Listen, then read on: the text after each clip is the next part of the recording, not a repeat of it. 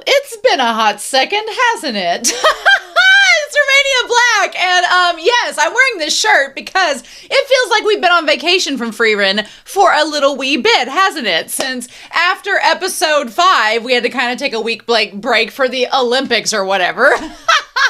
But we're back, and I have some comments from episodes 4 and 5 that I want to talk about with you all before we dive into episode 6. We're officially in the second half of the season, and I'm really excited. So, with that being said, let's get into these comments. Methode for episode 4 says, German lesson of the week, the Nachricht region, it's like knock and then reach. There's a T at the end, can mean news or message, information, or just communication. The ch, as it does in doc or schlock from the previous episodes, is more of a guttural sound in the back of the mouth, almost like trying to hiss like a cat, but more with your throat. It's similar to the je in Spanish when saying jamon. Yeah, I'm not great at Spanish. So that's probably why these Germanic language trees giving me so much trouble. I blame my ditch water roots. But like dry. So knock. So Nachricht, maybe Nachricht, maybe Nachricht. You all will laugh at me and it's fine. You can feel free to do so. But awesome, cool, nice to know. I like that. I like that that means message or information or just communication. Felt like it was a needed thematic tie-in with the town, considering what happened with Foss and the last episode. Vero-chan, 4869 for episode 4 says, we just can't expect Stark, who is incredibly oblivious and ignorant in the sentimental aspect, to take all the hints or do or say romantic things. So I can't really blame him. We are talking about the same guy who didn't even know what a birthday actually meant after all. Okay, first of all, Methode was talking about episode 4, which is one with Stark and Fern's date, so communication plays a very important point in that episode. 2, yes. The fact that Stark didn't even know what a birthday was, our poor boy is just pretty oblivious and he can't help it. He can't help it. So bless his heart. HBanana7 for episode 5 says, I especially loved the story about the not so delicious wine. By the way, the elf was voiced by the same actress as Nina from Monster. Oh, so yeah, so Millard was voiced by the same voice actress as Nina. Good for her. Glad she's still getting voice roles. She has a great voice for anime. Love that. Koala777 for episode 5 says, I just noticed, some other people commented about this as well, but Koala gets the credit for me seeing it first. I just noticed the bracelet the Stark is wearing after you pointed it out. I think it's the bracelet he's wearing, being the one he picked out with Fern on his 18th birthday in episode 12. Love that! I love that Stark and Fern are wearing each other's little charms and jewelry and accessories that they got for each other. That's super cute. And then finally, Christopher Peterson for episode 5 says, are we to interpret Millard as having had some great disappointment of her own and just deciding to just punish whichever poor sod found her little joke? Perhaps near mortal beings shouldn't be allowed to prank beings with short lifespans. They might land a bit different than they can understand. And so I thought that was a fair point in Millard being disappointed and how maybe she should, critique them more for and how we should critique them more for their pranks. But I also thought about this, considering that the quote unquote goddess of this world looks like an elf. How do we know that the goddess in question wasn't just an elf that started religion for the lulz? What if an elf was like, yes, I'm a goddess, I'm immortal, and the people were like, oh my god, she is. And just for the hell of it, they created an entire religion. Could I see an elf doing it after episode 5? Yes. Yes, I could. So that's so fascinating. But y'all, I am so excited. Thank you all so much for your comments and your kind words. They've been so much fun to look at while I was waiting in hiatus. I was like sitting there being like, so no Frieren this week, huh? Just jonesing a little bit. But honestly, go watch my March channel update video. I am very grateful that we can kind of try to extend the Frieren experience out a little bit more than maybe it is anticipated, because I'm not ready to give up this series. I'm not ready at all. So anyway, that is neither here nor there. I'm excited to get started with this episode. I hope you all are too. Thank you for watching with me. I hope you enjoy the reaction and discussion. We are going to start episode 6 of Frieren Beyond Journey's End, season 2. And we're going to do that here in 3, 2, 1. And right off the bat, let's go.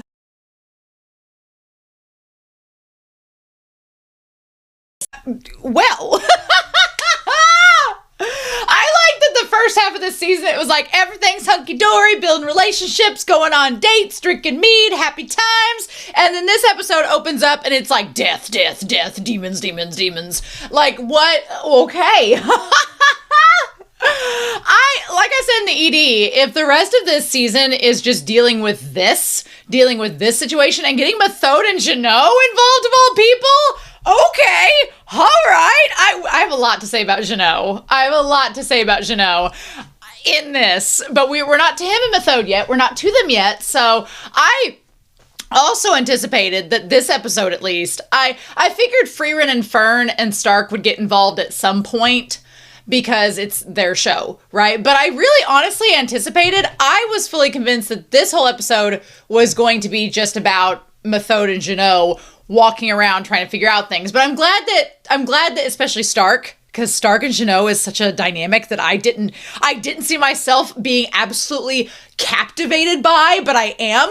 I was really not knowing where it was going to go, but I'm glad that Frieren and them are there, because everybody bounces off each other very well. And now that there's not the stakes of the exam, in giant quotation marks, now that there's not the stakes of that, and Sari is not near all of this, I feel like Genau is able to have a little bit more of a relationship with Frieren, and it's so interesting, and I want to talk about it. So Genau is fascinating, and I was getting like onto Genau. I remember back last season with the exam, because Genau is very, until this episode, I was like, Genau is very black and white. He's very much, this is how it is. I don't like anything different. I'm kind of snooty and stuck up and da-da-da-da-da.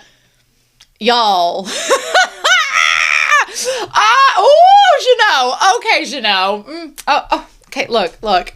Shipper goggles have come on this episode, and anime loves a doomed yaoi. We love a doomed yaoi, and now I'm like, oh, this all makes much more sense. Okay, Genau. All right, Genau. Let's go, Genau. I want to say so much about him, but we need to do this all at once. But yeah, so oddly enough, coincidentally, where this demon attack is taking place is in Genou's hometown. He definitely has the feeling of, I'm getting Summer Hikaru vibes, I'm just saying, of Genau being like, I didn't really fit in here, I didn't want to stay here, I went off to be a mage, and we'll talk about it when we get to the point that he made with Methode later on, but I definitely could relate to Genau a little bit.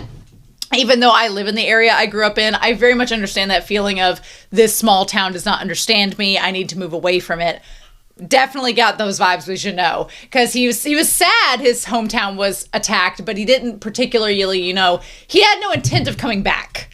But he was sad that the people there died, especially the baker's son, which we'll talk about in a little bit. But so the baker's son being holed up in the house, unable to defend themselves. This demon marching, I'm curious, because it seemed like there were two of them. It seemed like there was more than one demon. So we have this one demon marching with the staff, and has horns, has the staff with the rings on it. I need to go ahead and get this started where you all can see this, because you all cannot see what I'm looking at. So we're going to restart this. I'm so excited about this episode. I've lost the ability to think properly here in 3, 2, 1. So yeah, we have the baker's son right there. There goes that. I'm too excited for my own good. And then we see the one demon marching, and then we see the 3 rings. So I'm like, okay, at least, I don't know how many like advanced demons are in this party. Could be more than one, but at least one of them involved is one of the sages. The sage that is left behind. I am convinced of it. I could be wrong. We shall see. But yeah, so there's this one. Of course we don't see how many arms they have. We do see this guy getting attacked by a dinosaur. A dinosaur with a shield and a sword. I'm amazed that here's the thing. What about the child? Did they just eat the child? Because the child's just standing there. The child's standing there crying. Then we see another demon. So there's at least 2. We see another demon next to, at least 2. That one looks like it. Okay, that person fell and there was a demon with a sword there. Maybe that's just a regular demon. Then there's the dinosaur dragging people away. The kid crying. Did they die? I don't know. And then there's this demon. Okay, so this demon This demon reminded me of Fern because of their hair and the purple jewels. So this demon did not have the staff, but they had a sword too. And also, so there's at least 3 major demons here, right? At least 3. Okay? And then, yeah, that individual gets thrown through the building. And the one, I felt bad. The one soldier, he was the one telling them not to retreat. Like, I felt so bad because he ends up getting killed. Meanwhile, while all this is going down and the dinosaur one is fighting them with the shield and sword, not fair. Then here comes this giant demon and the sword comes out and strikes him. And then, like, runs to... The fact that the sword strike cut through the roof like that, like, the force of it... Yeah, that's not... When Frieren was like, oh yeah, whoever did this is stronger than Stark, I was like, that's not good. That's not good. Hey, you know what? I wanted some people to join the party. Genau seems kind of like a stick in the mud sometimes. Methode is great, so maybe that'll balance out and we could have a team of 5 for a little bit. Maybe we could do that for the last 5 episodes. So then we had as this carrier pigeon's like, get me out of here. This carrier pigeon's like, you better strap that note to me. I need to get out of this hellscape. Things are about to get real bad. And so they get sent out because they weigh less than a 5-pound coconut. They can travel with the airspeed velocity. They died, didn't they? I feel like they died. Yeah, because they look down there and they're looking through all the wreckage. And then what do they narrow in on? Okay, what did they zoom in on? What did they see? They were looking in the shadows.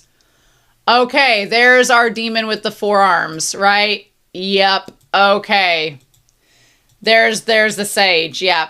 So I'm thinking that's one of the 7 sages that's left over. That's one of the 7 sages. We're going to go back here in a hot second and check the other episodes.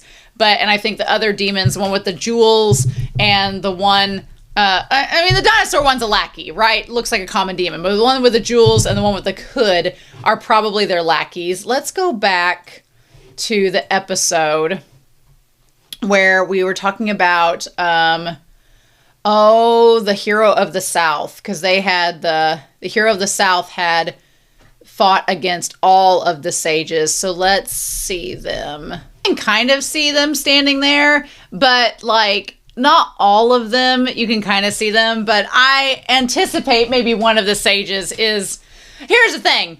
If one of the sages is not the big tall one with 4 swords, then it's one with the purple jewelry controlling it or what have you. We'll see.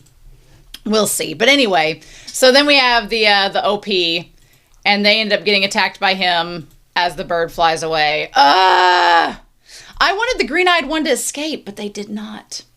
So, okay. So we start out looking through the village. We're officially into the new year, correct? It's been 30 years now instead of 29. And I love the fact that Genau is just like, I've heard those words more times than I can count. He's like, bye, bitch. Like, just flings the hole right through the demon. Like, Genau is crazy. I'm going to be honest.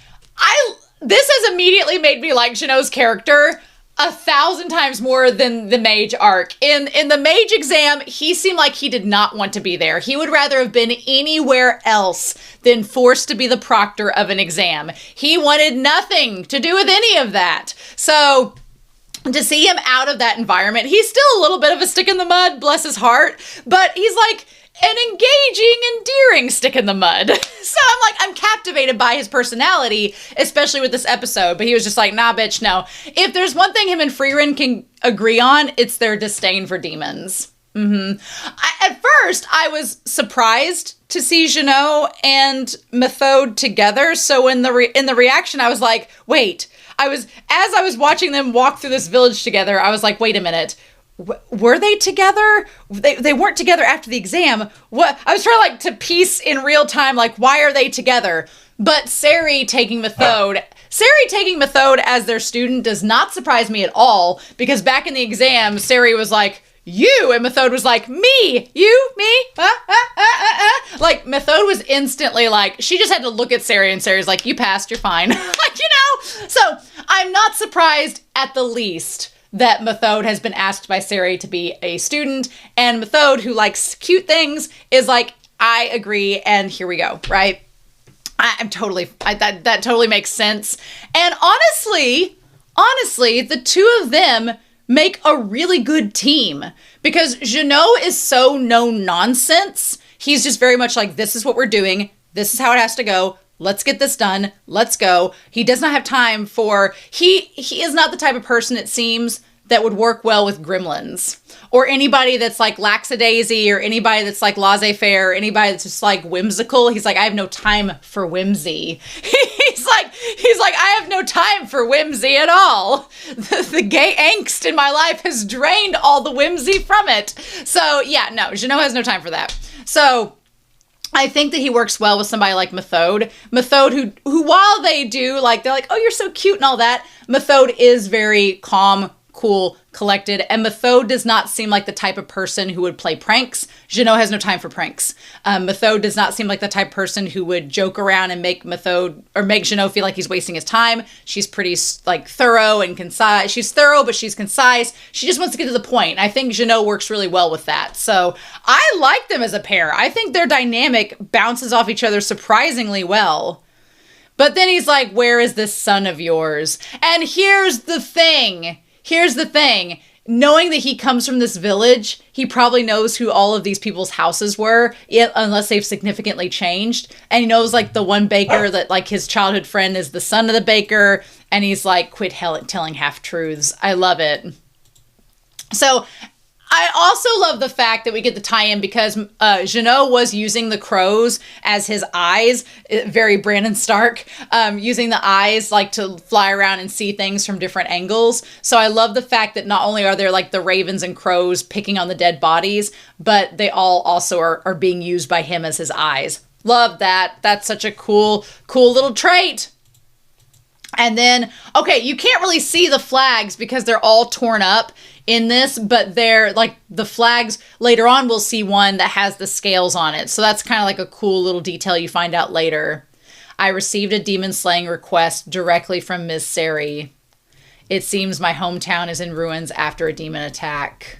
So he says, I bear no attachment to this place, but it still is sad to see it like this. Yeah. And again, this has like a Summer Hikaru died feel to it where he doesn't want anybody to die in this village. He doesn't bear it any ill will, but he doesn't have any feelings of like, oh, gee, I'm glad I came back home. Like, no, he's sad that it's been destroyed because that is where he grew up and he can't, get away from that. Right.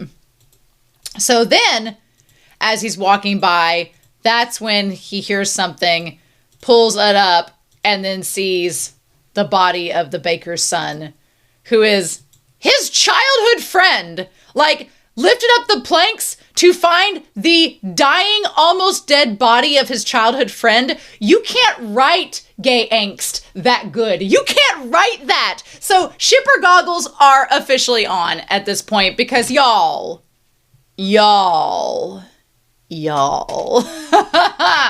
So like, is that you, Genau? Like the angst cannot be like when he says yes and like pushes it off and then carries him.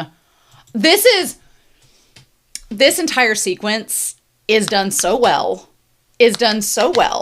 We all need to talk about it because like just the little tension of his hand as he had like on the wood, like Genau has established himself as a character that does not exude emotion. He keeps himself calm, reserved. Everything is black and white. I don't need to be told to do things. I already know. Like, everything is fine. He is inside. He's the embodiment of the dog in the fire being like, this is fine. No, it's not. But there's so many little details to show, like, what's bubbling under the surface that I'm like, yes. So, as he's carrying his childhood friend towards he's carrying the childhood friend towards the church. And once you realize that, it's like, oh my God, he knew he was almost about to die, which of course you saw him on the ground, how bloody he was. But one thing I love that the series brought out is the stench, the smell of death. I don't know if you've ever smelled death before. It's a very distinct odor. For me, growing up on a farm, usually it was a smell of either dead mice, because we had lots of dead mice around. Either the cats had gotten to them, or they were mouse traps, or they had poison or something. Mice were a problem, so you had to keep them out of the feed room and stuff. So there were various means assembled, but a smell of a dead mouse is disgusting. immediately tell what it is. And I'm like, well, I hate dead mice. Hate seeing them. I hate seeing dead animals in general. Ugh. But the second thing is, like, I grew up around, like, a dead pig or something. It's a stench. The stench of death and rotting flesh is something that you can immediately identify. And it's very gross. And so when he talked about smelling the stomach wound rotting, I was like, oh my God, yeah. So he immediately knew. He's like, my friend. And the fact that it's his childhood friend, apparently, because it's the only, like, flashback to anybody in the village that we get, so clearly it harbors some intense emotions for him, for Genau. Like, the only person he really cared about, the fact that that's the sole survivor he finds, and the fact that he can immediately smell the wound, and he's like, he's gonna die. So he's taking him to the church. Oh! He's like, I've already taken care of them. All the demons. He's like, I killed them all. Well, not all of them. And then the baker's son's like, what about the others? And that look where he looks back at him and you can see, like, his flesh is even, like, slightly discolored. Like, Genau lying. He doesn't want to say, like, oh, everybody else in the village is dead. But instead, what he says is, oh, well, they're safe. All of them. Like, at that point, he lies because his friend's dying. He doesn't want his friend to feel bad in his final moments. And which we're going to talk about that. We're going to talk about that. But he doesn't want his friend to feel bad in his final moments. So he lies and says, oh, they're all safe. Which I guess he doesn't technically lie because saying they're all safe, they are safely in the church. They're just all dead in the church. But I guess they are safe in the church if you want to go that route. And then this moment here, he's like, you'll be okay too. You'll be okay too, meaning like you're about to die as well, but you're going to be safe in the church. So it's going to be okay. This moment here, watch his hand. Watch his hand here. It's tiny. It's a tiny little movement. He's like, a newly qualified first-class mage came with me. And the moment, yeah, that moment there, the moment the hand went, he's dead. Like, that's the moment that he died, saying you're going to be safe too. And he died when he heard that. And then there's a moment of silence. And then he says she's a mage, but she can use the goddess's magic. Unusual, right? She'll heal your wounds right away. And there's a moment where he, like, goes to step on the wood and he pauses as he says that. And I don't know if that's the moment he realized that he was dead. You'll be able to reopen your shop soon. Like, he had to have known. When he says you'll reopen your shop soon, that's just him talking. Like, being sad in the moment. And he's like, have you finally learned to bake a decent bread? This is so sad. This is so heartbreaking.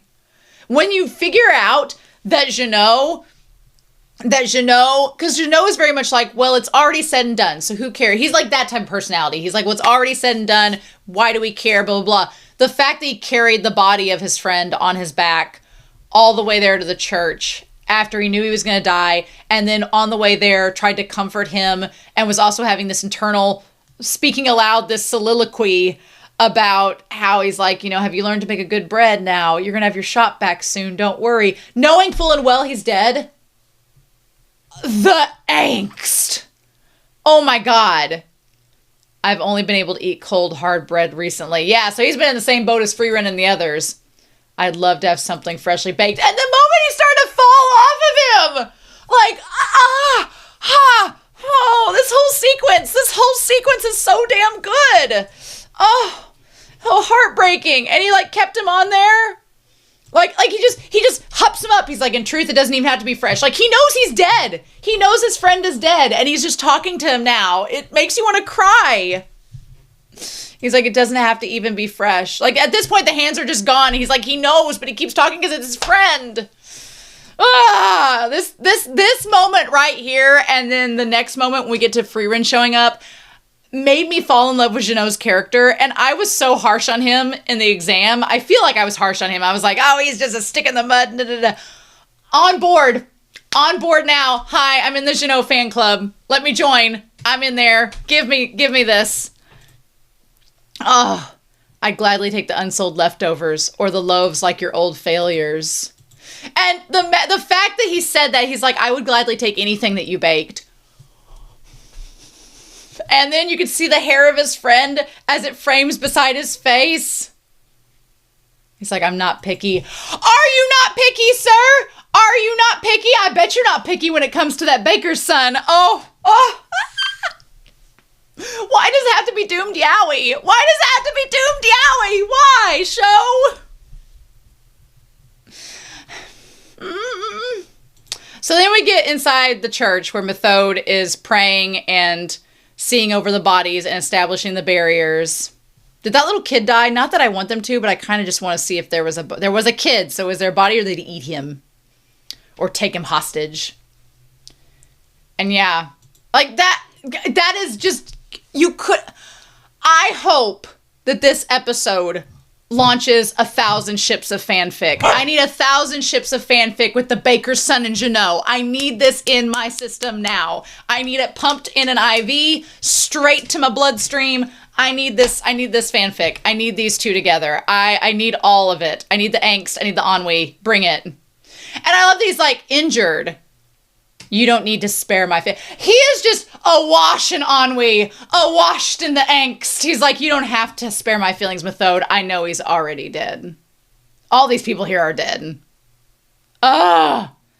This man, look at him. This grumpy man. That is the face of a grumpy man, and I want the best for him. He was beyond saving when I found him. And yeah, the stench is dreadful, isn't it? It is disgusting. His stomach wound was already starting to rot.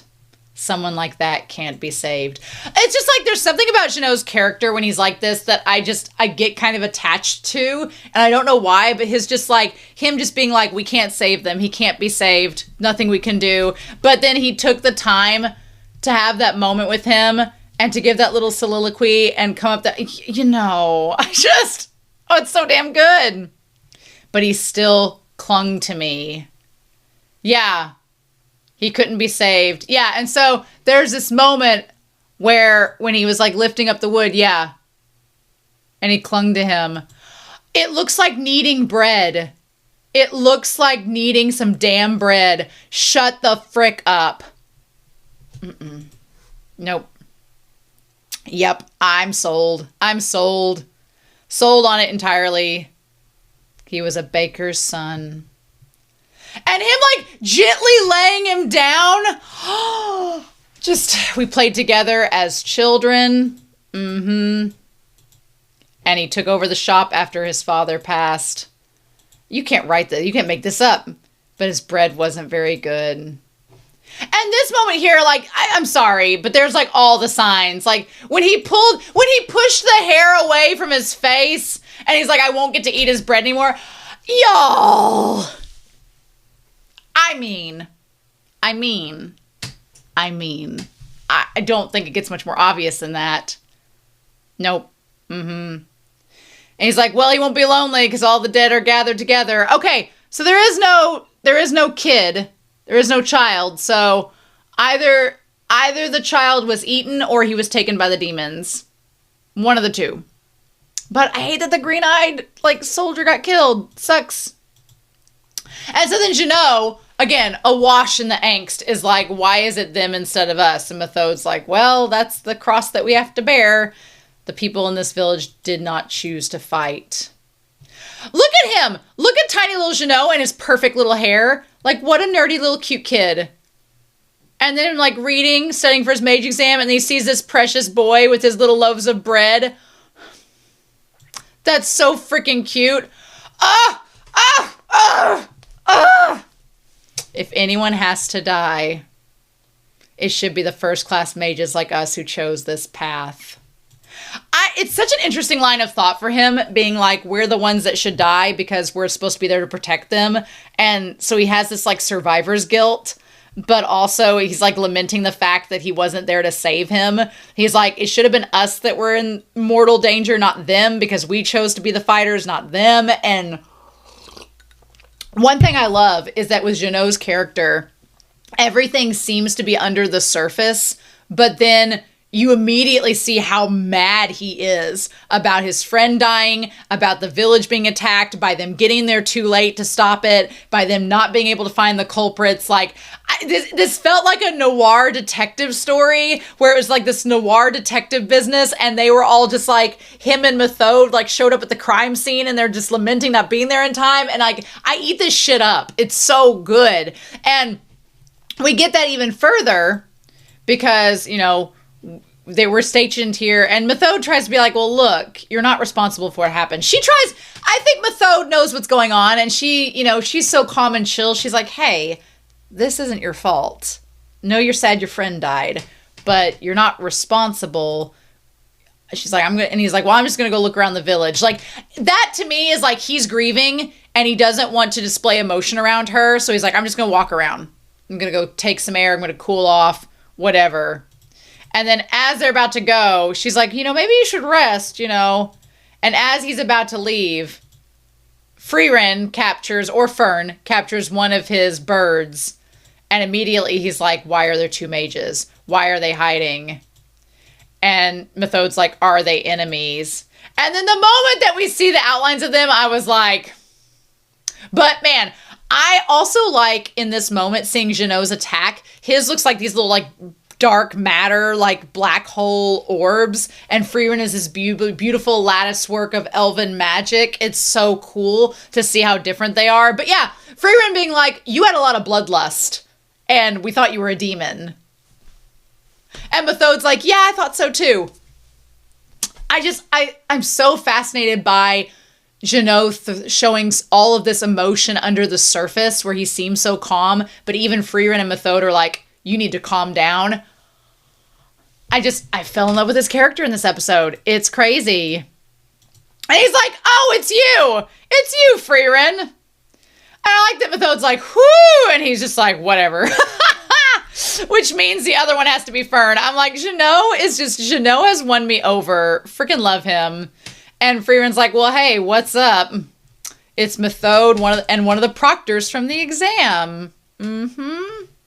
Geno, right? She's like, I wasn't paying too much attention or anything. There was so much bloodlust in that spell, I thought you were a demon. Yeah, he's really pissed right now. Yeah, because then he responds with, oh, was there? My apologies. Bitch, no, you know. You know you're mad. You know you're upset. Let's not try to pretend that we're not. Come on now. So Fern comes out, and they all show up, and Stark's like, hey, I like that Stark's like, I wasn't here for the exam, so I'm meeting all of these people. And I like Frieren's like, well, this is on our way, so I guess. I like that Methode is breaking down what's been going on with the three of them, and Geno is just, like, Geno is disassociating in the front of the pews. During all this, Geno's just disassociating from everything, and Frieren's like, well, we were on the way, da-da-da-da-da-da. But yeah. Now, Stark,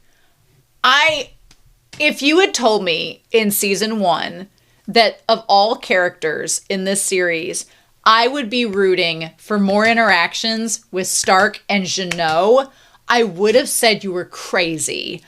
I love this.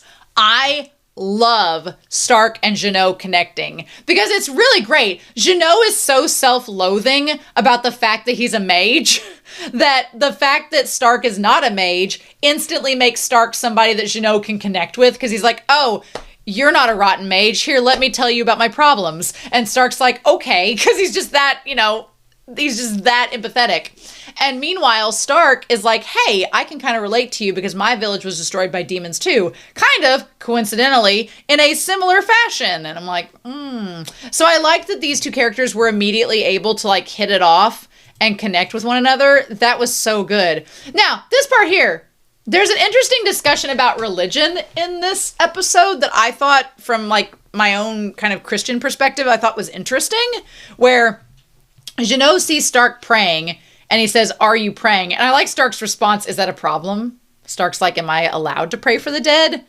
And he's like, no, I don't think so. I think it's fine. And that's when he shares about his village being destroyed by demons as well. And Geno's like, I like that Geno's like, okay, cool, can connect with you. You don't seem crazy. And so they talk about the demons eating humans and how it was the same at his village. And Geno's like, look, maybe they were just full and just killed them regardless without eating them. So while they're mulling that over, Methode connects with Fern and Frieren, and they're like, well, Genau wants to tie up a couple loose ends here, like maybe figuring out who caused all of this. But they're like, what remains are the chivalric order of the norm that were stationed here. So we learn a little bit about the trading company, which makes a lot of sense. The trading company had different troops stationed at each outpost, which makes a lot of sense. You're a trade company. You're trying to keep everything flowing correctly. But they only had 5 here because it was such a small village. They didn't think it needed any more.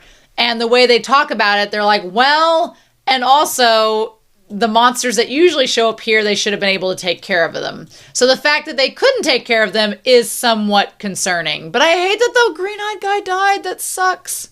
Hate it. Hate it.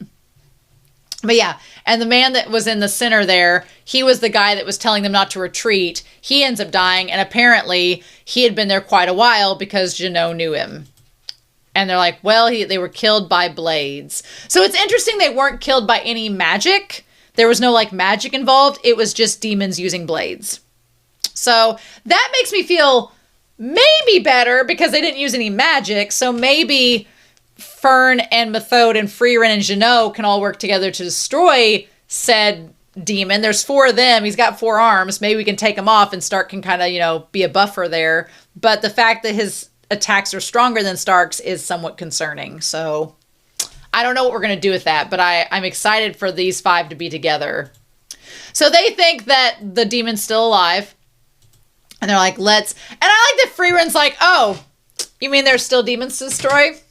Well, I guess we could stick around. Frieren just hates demons so much that she's like, I will stop what I'm doing if it means we can show them how terrifying humanity can be. I'm like, you're an elf girl. Fern's like, Miss Frieren, you're an elf. And she's like, shut up, Fern, I'm having a moment. I'm monologuing. Let me do this. So then everything's starting to get sunset around there. And I like Methode and Stark getting to interact. I'm surprised that, here's the thing. You'd think that Fern would be somewhat jealous of her man Stark practicing and doing like swordplay analysis with Methode, who is literally one of the most beautiful characters in this series. Methode is gorgeous. Should that be a sign? I don't know. I think Fern's just like, no, he's good. Stark's fine. But also, Yuri joking aside, I feel that Fern, it is a sign and testament to how much Stark and Fern's relationship has grown to where she doesn't feel jealous that he's around Methode, because I feel like back in the exam, I think Fern would have been extremely jealous had he been around Methode. So I think it's a testament of where their relationship has gone and how much trust she has in him in the fact that this didn't bother her. But I liked Methode and Stark doing like weapons matchups to see like if the moves matched and whatever. And they came to the conclusion that whoever attacked was wielding with 4 swords. So yeah. So then meanwhile, Frieren and Fern talk about how the demons are establishing bases around the northern plateau and where they're at. And Frieren's like, all right, let's think of a game plan. But first we're going to eat food. As she holds up this bag of bricks. I feel so bad for them. Someone in the comments talked about how they need to take the hard bread and like soak it in water or soak it in broth or soak it in something to loosen it up instead of just being like you're eating rocks. Like, and I do agree, but I guess in this situation, where are you going to find water from? Where you find in broth, right? It's funny when you look at them here, they look like ice cream sandwiches. I don't know if you've ever had an ice cream sandwich. I'm allergic to cocoa. I started getting my allergy when I was in junior high, but when I was a little kid, I could still eat a little bit of chocolate. And the ice cream sandwiches would have these like chocolate biscuits, like cookie base, and then would have the ice cream in the middle. They looked like that, but that is clearly not what they are. And it's also interesting to note that Methode and Genau are in the same boat. They both have the nasty bread as well. The hard tack, as it were. But I mean, Methode's saying that he's still at the church. Come on. So then we have this conversation. Stark's like, I'll go take the bread to him while Methode and Frieren and Fern have a war council, which is so much fun. It's going to take some time to determine their composition. And Frieren's like, let's hold a strategy. Just us ladies. Let's girl boss this. And it's like, yes, please. Meanwhile, Fern's like, oh, hey, I'm just going to eat this bread because I'm starving. Do you two got this? And Methode immediately thinks it is the cutest thing in the world. I'm like, look at you, Methode. Look at you. And Frieren's like, that's my daughter. Isn't she great? So back at the church, as Genau just exudes angst. He just exudes angst of doomed Yowie. I'm sorry, he does. I feel for him so much. I love his character. And he's like, oh, are we heading out? And Stark's like, no. They're still planning. I brought you some food, sir. So, again, love this dynamic. Love Stark and Genau having some time to talk. You can see the little scale now. Now you can see the scale on the flag there. And as he's eating there, he's like, well, this is hard. And he's like, yep, sure is. What were you doing? And he said he was strengthening the barrier around the church. So he brings up this interesting story, though, about how the bodies are inside the church. And so the church is kind of like, it's become this mausoleum of the bodies. And Stark's like, why don't you go bury the bodies? And Genau's like, you're not from the Northern Plateau. You don't see how things are here. And he talks about how unless the bodies were drugged south where there were less monsters, or were put in mausoleums with barriers, or were put in these giant tombs, he's like, you don't just bury the dead. And in a sense, I get why, because you don't have time to dig a giant grave because there's so many monsters around. You can't make it too shallow because then the monsters are just going to dig up the bodies and desecrate them and eat them. So it's like, what do you do? And I kind of get that on my family's farm when I was a kid. We don't have pigs anymore, but when we had pigs and like one died, we had like a compost pile, and it was like shavings and just like dirt and stuff, and it helped compost and let the pig body like naturally dissolve into the ecosystem sustainably and ethically and all that good stuff. But occasionally a coyote would come around and be like, yoink. And you would see like a coyote dragging away a pig, and you're like, no, but it's like, you know, part of circle of life business. And the coyote had been like, I got a free meal, and would just like go away with it because coyotes are scavengers. And it's like, yeah. So I get what he's getting at. What's interesting is that Genau does not seem to be a particularly religious person. He doesn't seem to be particularly religious. And so also the fact that the chivalric Order of the Norm as escorts, these are like the Survey Corps of Frieren, essentially. But the fact that their duties not only are to destroy demons, manage trade routes, keep things in order, and also help to traffic dead bodies across the country, that's a lot of responsibilities for this particular division. That's a lot. That's fascinating to me that they have all these responsibilities. I would not have pegged that for them. And so he talks about, you know, how tedious all of this is. And so he says that, you know, for a while, the Norm Company has been insisting that they are cremating the dead. I can understand that. One, it would save the Norm Company a lot of extra duties trafficking the bodies to locations, which if you have people trafficking the bodies, they're not watching the villages of live people. So it's less people to stand there and protect the live people if you've got these other people worried about the dead. So I get where they would be like, hey, let's save this process and not have to, you know, have all these extra men and all this extra tedious work when the body's dead, you know? And I get, on the one hand, he brings up this interesting conversation about cremation, which I didn't think we were going to have like a religious discussion in Frieren today, but here we are. He's like, they've been insisting that the people cremate their dead. And then Genau says, it's the kind of rational thinking you'd expect from merchants. And I agree with them. Yeah, I mean, what's so fascinating here is that you have Genau. Genau is such a rationally driven person, like with logos and logic. And he's like, it makes sense on paper that, yes, we need to cremate the dead to save time, to save the troops that we're using to traffic them, to make sure that they're not attracting monsters. Efficiently, it makes sense to cremate the dead. But then he stands up, you know, and goes back by the church. And he's like, but the clergy have voiced their opposition. And I understand how they feel. Painfully so. Yeah, so it's cool to see these layers with Genau where he, like, of course, the clergy doesn't want to cremate the bodies because, you know, in sects of Christianity, they're like, you know, your body is going to be resurrected eventually. So your body needs to be preserved and pristine and not cremated because then there'll be no body for you to go in. Here's the thing. I am Christian. But I'm also a little bit realistic about death in the sense that I'm like, that body is going to disintegrate eventually. It's going to break down. It's going to decompose. You're just going to be left with your bones.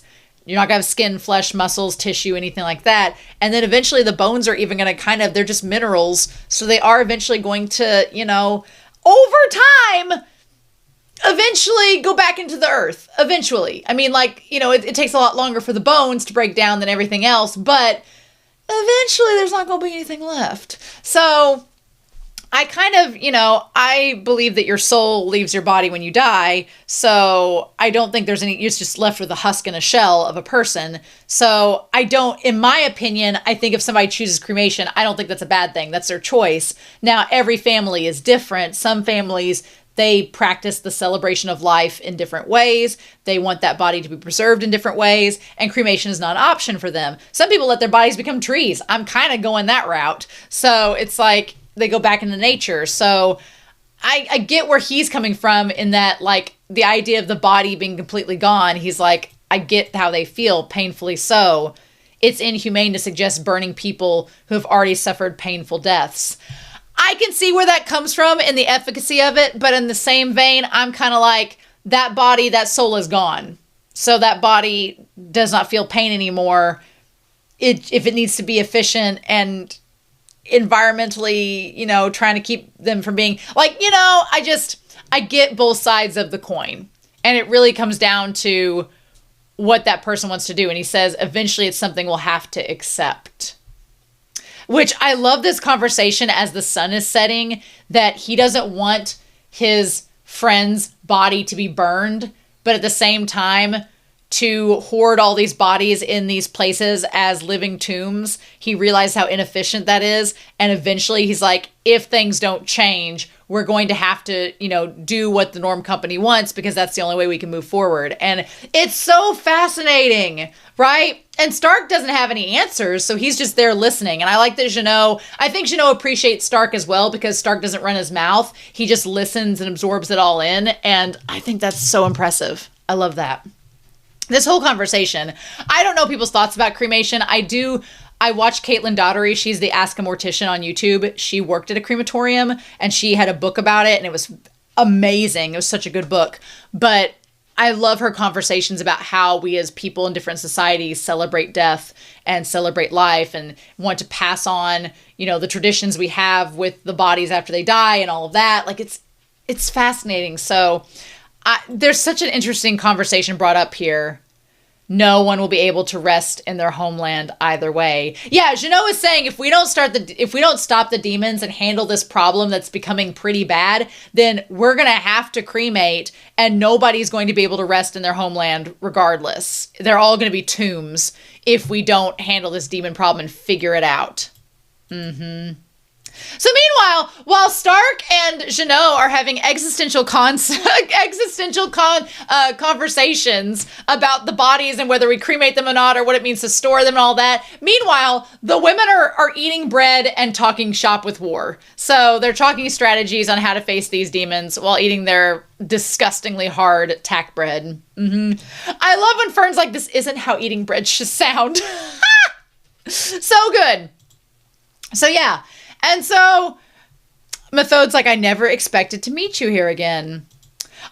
Y'all know if Himmel were here right now, Himmel's ghost would reach down and wipe those crumbs off of Frieren's scarf. And at the end, she was like this. I was like, Himmel's ghost is like, no. But basically, Methode shows everybody and says that she's become Sari's apprentice, one of her students. Frieren is surprised at first, but then's like, nah, that makes sense.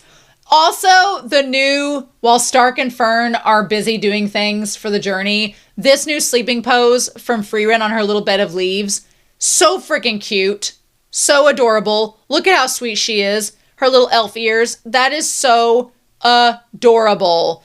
And then they even show the squirrel comes. Okay, so the squirrel came with the note to give to her. And they're like, who's this little guy? Standing on top of Frieren. Adorable. That's so freaking cute. Okay.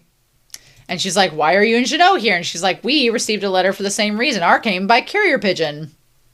And slay the demons. That's why she's given me those orders. I like that Frieren says, oh, wow, so you first-class mages have to do exactly what Sari says. I'm glad I'm not one of those. Again, no, I cannot imagine Frieren taking orders from Sari at all. She's like, I'm actually your student now. And Frieren's like, well, that's neat. I heard something about that. I like that Fern's like, I turned her down. And Frieren's like, good girl. I'm glad you turned her down. And she's like, well, that's why the two of you gave in to Sari's unreasonable demands. I love that Frieren, in a casual conversation, just throws shade like it's nothing. She's like, oh, so that's why you're following her unreasonable demands. Oh, okay, cool. The shade of it all. The shade of it all. She must be running you ragged. And she's like, oh, I wouldn't say that. If anything, I wish I could be more useful to her. And she's like, she's so small and cute, you know?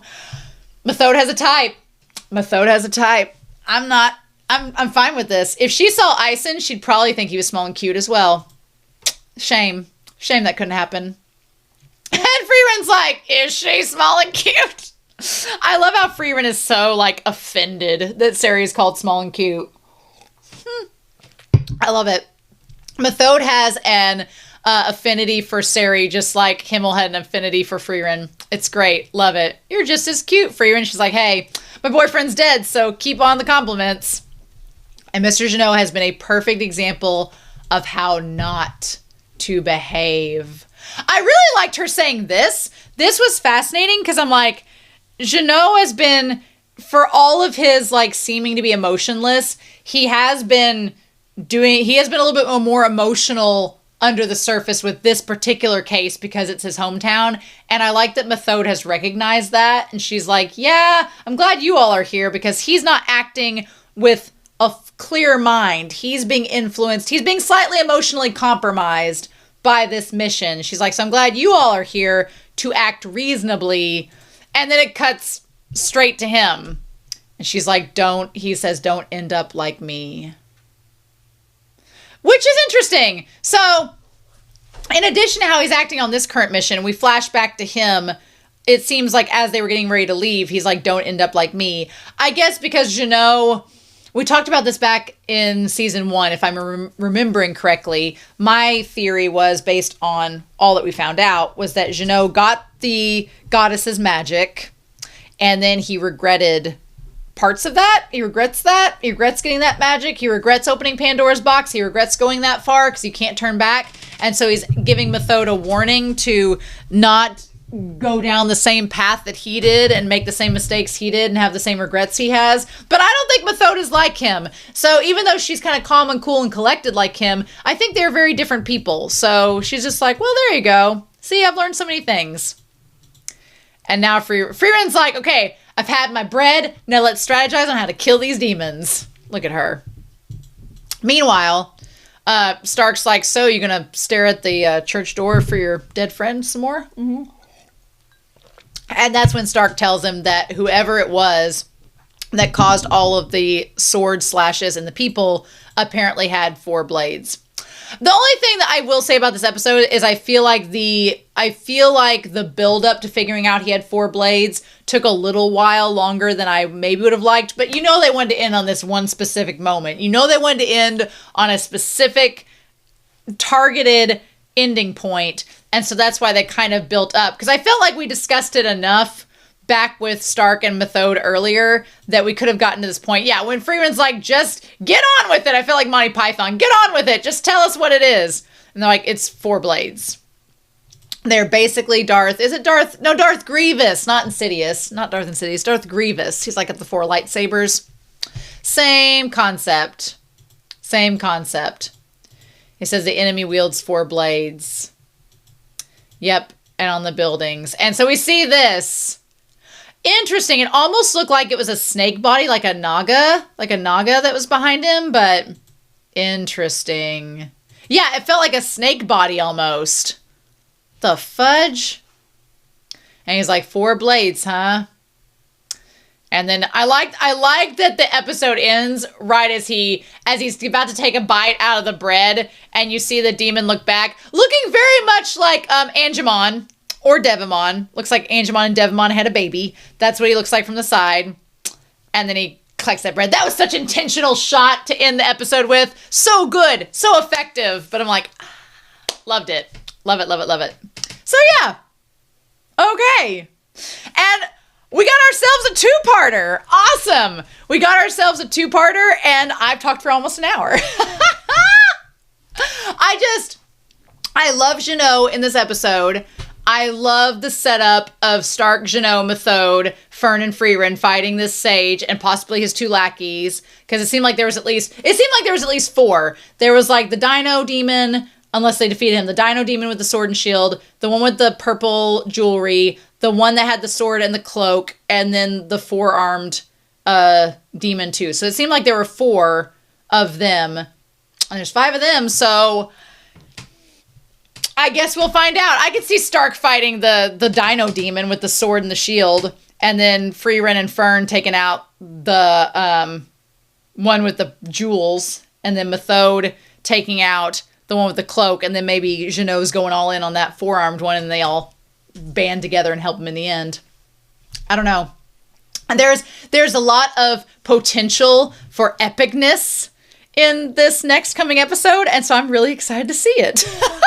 I'm so excited. So yes, in any case, I will be back next week with episode 7. I'm so excited. It's going to be a fun time. But in the meantime, I'm excited to hear your thoughts down below. Look, let me ship Genau and the Baker's Son. Let me have this. I don't get to do a lot of BL ships in this series. Let me have one. Even if it's doomed, let me have one. So, in any case, I hope you all have a wonderful week. Please stay safe, take care, and yeah, I'm back very soon with episode 7 of Frieren Beyond Journey's End Season 2. And I'll see you then.